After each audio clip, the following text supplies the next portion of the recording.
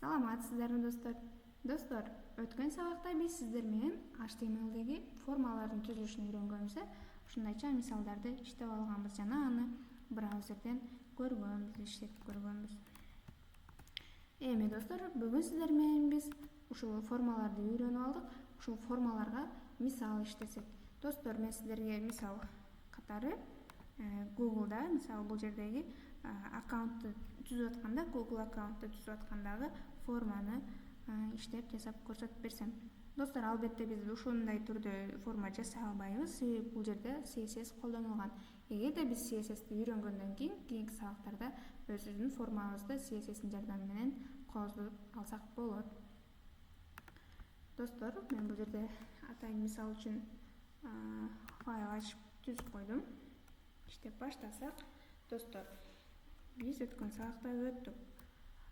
HTML'де формаларды түзүү үчүн эң алгач form деген элемент ачылат. Form элементи өзүнө киргизүүчү элементтерди камтыйт.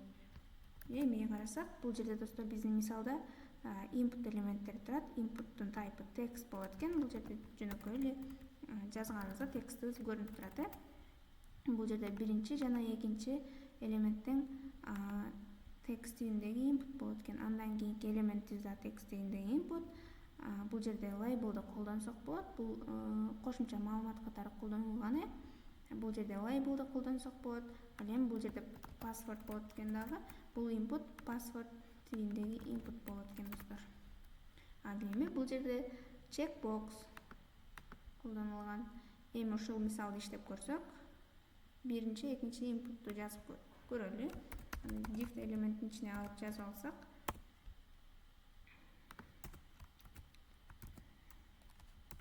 input TV text болот.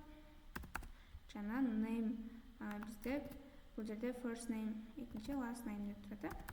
First name деп жазып алсак, ошондой эле бизде placeholder'де маалымат көрсөтүлүп турат. First name деп.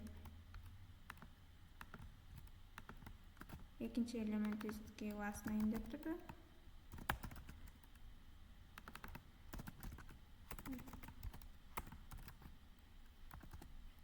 Last name.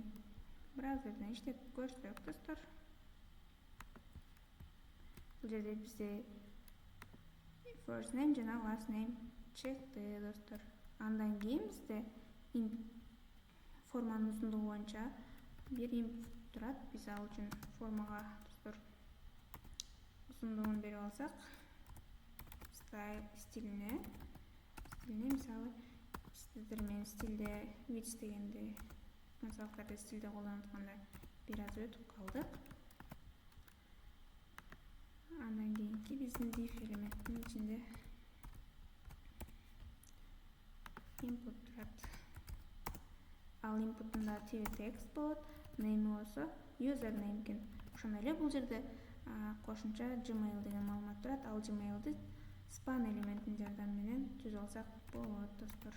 Username поиска өтөрдө user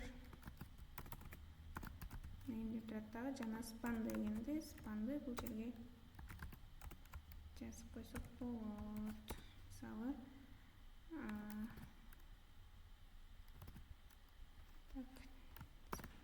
Gmail деп турат.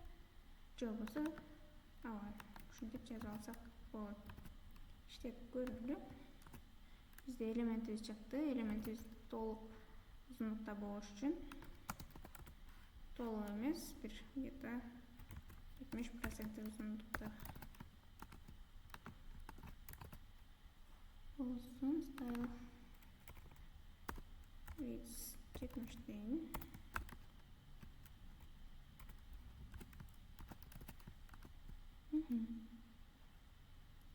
Деп туруп, бул жерде Gmail'ды жазып койсок болот. Же болбосо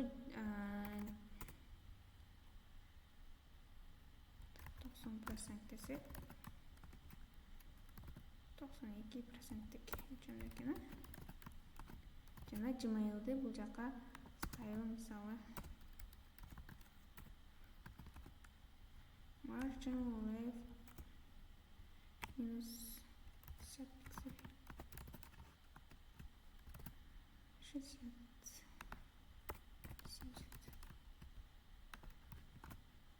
ушундайча түзүп алсак болот экен достор. Бул жерде эки инпуттун арасында биз стилди колдонуп атканда атайын стилдер менен жазсак болот. Ал эми стилди үйрөнмөк болгон үчүн биз бир элементтин жардамы менен биздин элементтерди бөлүп алсак болот достор. Андан кийин бизде достор бул жерде label бар экен. Label'ды бул жерге жазып алсак болот. Label жаңы элементтен баштап турат. You can use letters, numbers, and periods.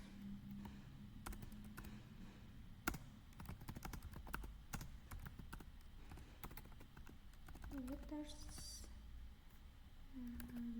numbers,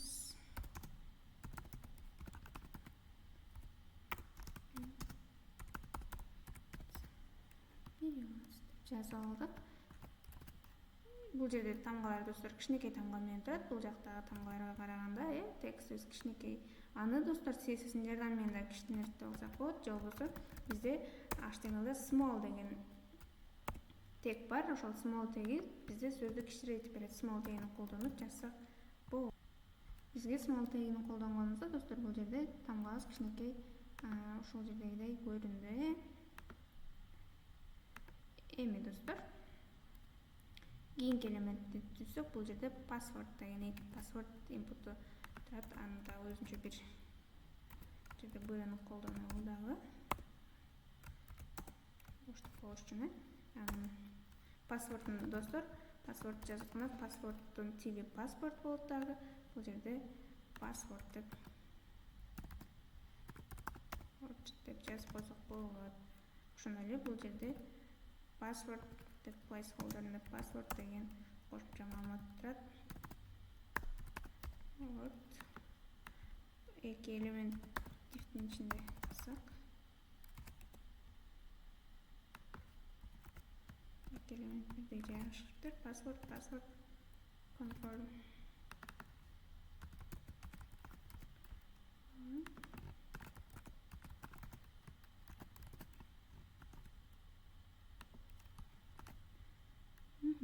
Биздин элементибиз чыкты. Бул жерде дагы бир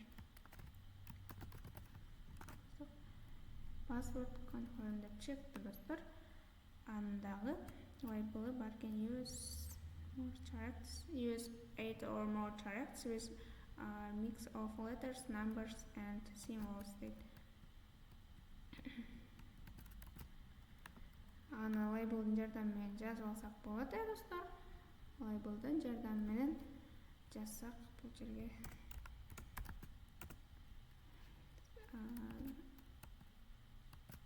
алда кичинекей менен жазылган. Кичинекей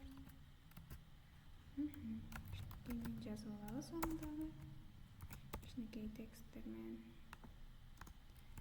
Use 8 or more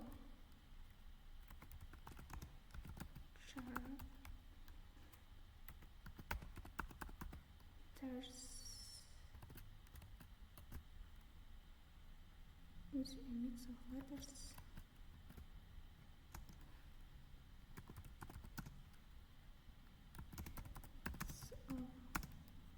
Letters and numbers and symbols.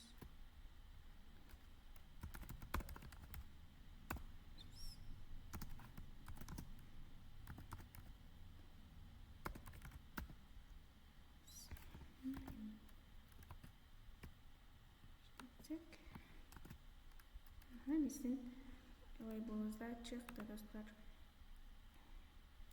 Андан кийин достор бул жерде checkbox элементи колдонулуп турат. Show password деп.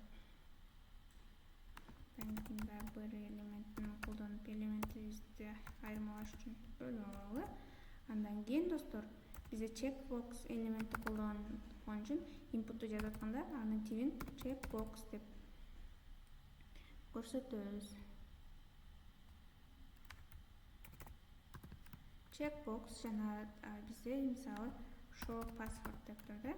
Password деп checkbox'тун атын жазып койсок, жана placeholder'да эмес checkbox деп бұл жерде label жазылып тұрады. Show passport дегенім labelді жанына жазып қойсақ болады. Show password деп тұрды дағы. Біз көрсек достар, бізде шықты. Бұл жерге да бір жазылады. Бізде show password деген чекбоксымызда шықты достар. Малымат толтырып көрсек, Айзада мысалы аты, фамилиясы мысалы Азаматова десеге. Азаматова username қандайдыр бір Айзада Gmail деп жазып тұрған болсақ, Gmail емес, Айзада деп алсақ, бұл жерде өзі Gmail'ді қойып тұрған нәрсесі бар екен.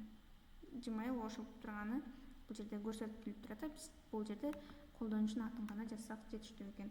Андан кейін password, қандайдыр бір password жазабыз. Бұл жерге дағы password тастау үшін қайталайбыз. Андан кейін show password болғанымызда біздің passwordты көрсетіп қойсақ болады. Бұл жерде show password чекбоксқа басқанымызда қандайдыр бір JavaScript амал атқарылады да біздің паспортымызды көрсек болады достар. Мысалы, сіздерге көрсетіп берсем, біз достар JavaScript жазып отқанымызда, JavaScript кодын жазып отқанымызда негізінде body элементінің ішіне жазсақ болады, же болбосо бұл жерде head'ге жазсақ болады. Біз сіздермен мен бұл жерге даяр функцияны қоссам, мысалы достар JavaScript кодын жаза тұрған болсақ, JavaScript'ті үйреніп отқанда жақшылап үйренесіздер. Азырынша біз мисал қатарлы мен бір код жазып тұрсам, JavaScript деп бұл жерде чекбоксы show passport болды, жаңа input password болды. Мысалы, бұл қандайдыр бір бұл жерге JavaScript кодты жазайын да.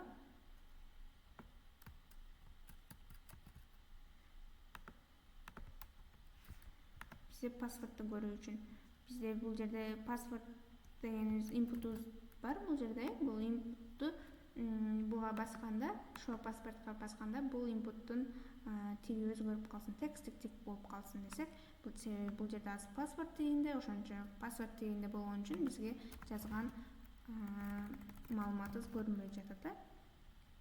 Бұл ошол элементке каралуу үчүн ал элементтин атын берсек, мисалы show password дей турган болсок, show password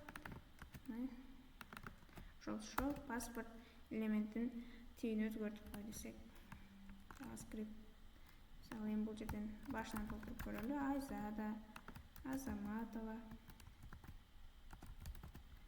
username Айзада эле болсун. Кандайдыр бир бул жерде паспортты жаздык достор. Ошол паспортты дагы кайталайбыз. Эгерде биз бул кнопкага басканыбызда, чекбокска басканыбызда биздин паспорт көрүнсүн. Эмнегедир көрүнбөй жатат. Ошол паспорт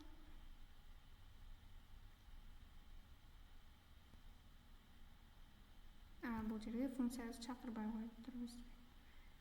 Чек клик болгондо биздин my function чакырылсын десеге, my function деген функциябыз чакырылсын.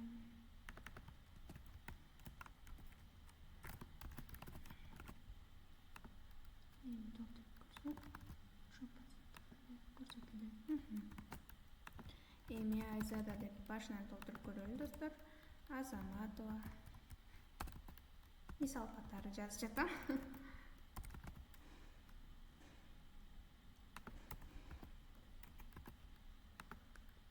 Username Айзада эле болсун. Мына кандайдыр бир паспорт жазылсын. Мындай жазып алсак болот. Эгерде достор биз бул кнопкага басканда паспортубуз көрүнсүн десек, ушундай түрдө көрүнөт. Аны достор, бул кнопкадагы амалдарды бир кнопкага басканда кандай амал болуш керек, аны достор JavaScript тилинин жардамы менен аткарсаңыздар болот. Кийинчерээк JavaScript, HTML, CSS үйрөнүп алгандан кийин аны толук түрдө бир веб-сайтты жасасаңыздар болот достор. Ошондой эле бул жерде биз бул Google аккаунтун түзүү үчүн бул жерде колдонулган форманы өзүбүз түзүп алдык. Албетте формабыз бул жердеги формага стили боюнча өзгөрбөдү, бирок кандай форма түзүлгөнүн үйрөндүк достор. Бул жердеги форманы өзүбүз түзүп көрдүк достор. Достор, негизинен формалар бул веб-сайттарды түзүп атканда аябай эле маанилүү, анткени ушул формалардын жардамы менен биз серверге маалыматтарды жөнөтө алабыз. Ошон үчүн формаларды жакшылап үйрөнүшкө туура келет. Ар бир веб-сайттарда колдонулат. Айрыкча достор, бул чоң сайттарда аябай эле көп колдонулат. Ошондой эле интернет-магазиндерде, кандайдыр бир чоң маркеттерде маалыматтарды сервер менен алмашып берип аткан учурда, же болбосо кандайдыр бир чоң маалыматтарды камтуу үчүн колдонулат да. Мисалы эле Instagramда дагы аябай көп бул формалар. Instagramда дагы бирөөгө лайк басып атканда, же болбосо бирөөгө подписаться кылып атканыбызда, ошол учурда формалар колдонулат достор. Достор, биз сиздер менен формалар жөнүндө маалымат алып, формалардын түзүлүшүн үйрөндүк. Сиздер менен кийинки сабакта жолукканга чейин коштошомун. Анда эмесе кийинки сабакта жолукканча саламатта калыңыздар.